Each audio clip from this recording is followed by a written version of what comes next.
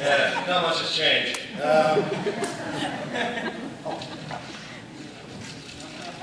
There we are.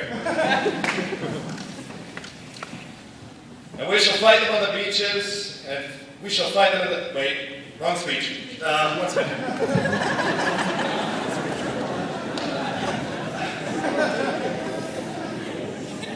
All right, that's dealt with. First off, I'd like to say how honored I am to be chosen as valedictorian. I'm glad you could all make it out here today. I hope you found the place easily, but then again, it's not hard to find when there are only 10 buildings in town. Seriously though, Pemberton is great. A fantastic place to grow up in. I mean, look around. We have everything. Mountains, forests, and a giant mud puddle. Oh, but you can't complain. One of the greatest things about living in a small town is you really get to know everyone, especially considering we've had basically the same class since kindergarten. Remember when we were learning guitar shoes with Mr. Boris and his rack of sneakers? Sure, we've gained and lost a few over the years, but for the most part, our classes stay generally the same. The only problem with having a class that's so tight-knit is the second anything happens, everyone and their mother knows about it.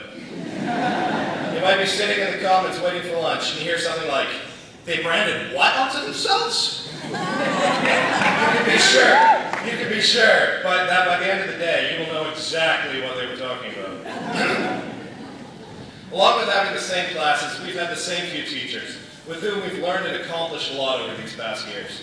For example, we learned how to bulk up our muscles by doing push-ups, and for real sit-ups, in Mr. Tobacco's class. We all face-palmed at really, really corny chemistry jokes in Miss Tomlinson's chemistry class. Learned a lot about history in Mr. Gadd's history class, or as it's otherwise referred to, how I learned to stop worrying and love Harry Enfield. Then there was hearing stories about armadillo baskets in Miss Sopchuk's English, or learning in Miss Scott's class that writing in bigger font doesn't mean that you're actually writing more. Sorry, Taylor.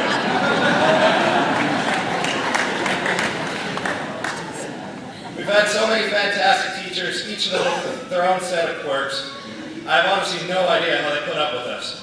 I'm fairly sure that I've seen every one of them lose their patience. With good reason. I mean, you're the ones that know us best. Can you blame them? However, we aren't all bad. Our grad is full of amazing people with a crazy array of talents. Have you ever seen Hans with a soccer ball? Or Casey and Rachel on a horse? Merlin could jam out on his guitar. There are just too many to name. We have a lifeguard, actors, singers, basketball players, baseball players, paddlers, hockey players, and of course, you can't forget those skiers and snowboarders. These are people that are going to go out and do great things in the world. And I want to give them some advice, but I realize I'm in the same boat. So I found some great advice in a song called "The Talk with George" by Jonathan Colton, and it goes like this. Enjoy yourself, do things that matter, because there isn't time, space to do it all. Love the things you try, throw a hay bale where it's high, show little grace if you should fall. Don't live another day unless you make it count. There's someone else that you're supposed to be. There's something deep inside of you that still wants out. And shame on you if you don't set it free. Oh, and one last thing.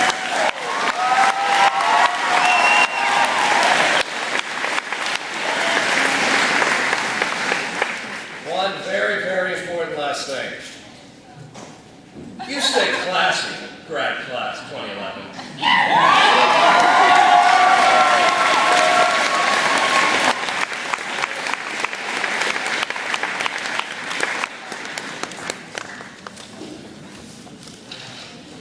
Thank you so much.